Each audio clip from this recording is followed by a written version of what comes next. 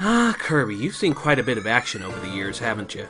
You've been an amputee, you've been a glutton, you had an adventure that was strung together at the last minute, and even had a split personality. But in your latest adventure, we see you return to your roots. Now, some people might criticize that, saying that it's relying too much on its older games, but you know what? That very well may be what makes this the perfect video game.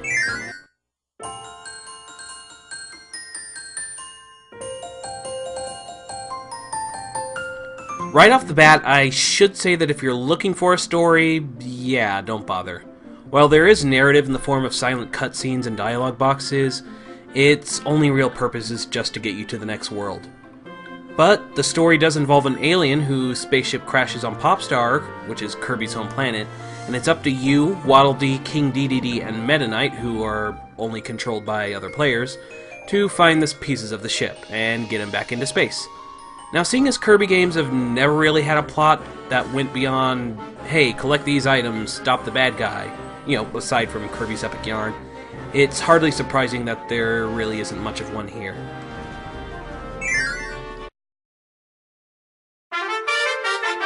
Where Kirby games have always excelled, though, is in its unique gameplay twist.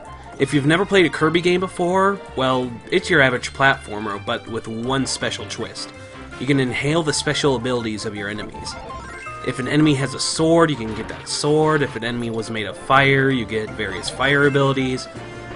If you've ever played Kirby Superstar in the Super Nintendo, then you're going to feel right at home because the powers operate pretty much exactly like that.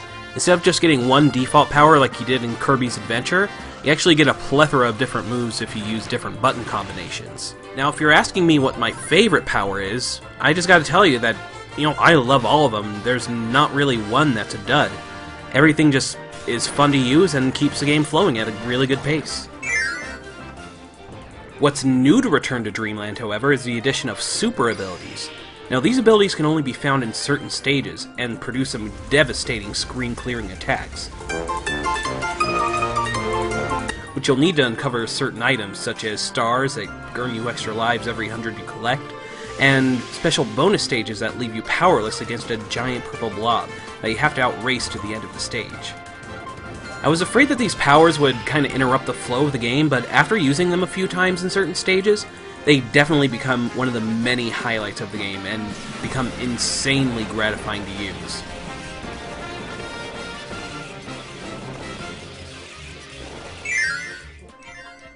Now, in every stage, there's about 3 to 5 of these special gears called energy spheres that you need to collect in order to help the alien repair a ship and get home.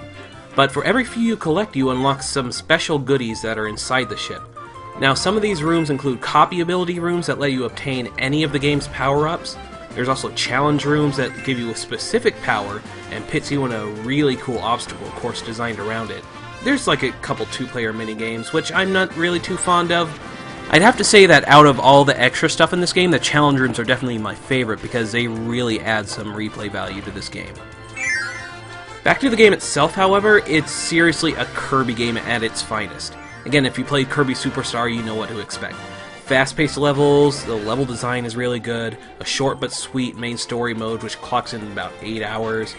You have about 5 main areas on Popstar to explore, and after that, well, actually, you know what, I won't spoil it, but you have to believe me that it ends up getting even better. While it may not be too challenging if all you want to do is just get to the end of the game and complete the story mode, there's definitely a lot to do if you really want to get 100% by collecting all the energy spheres and unlocking all the challenge rooms and beating all the high scores in that.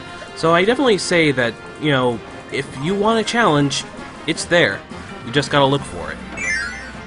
All in all, I can't really think of anything to complain about.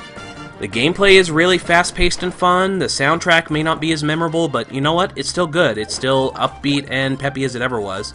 The graphics are colorful and vibrant, which is awesome considering the Wii's limited capabilities. And yeah, like I said earlier in the review, this is the perfect video game. It doesn't really have any glaring flaws. The gameplay is fun throughout the entire game, and you know, it just brung a smile to my face. And with all that said, what other grade can I give it but an A? So yeah, go out and buy it. Buy it! Buy it!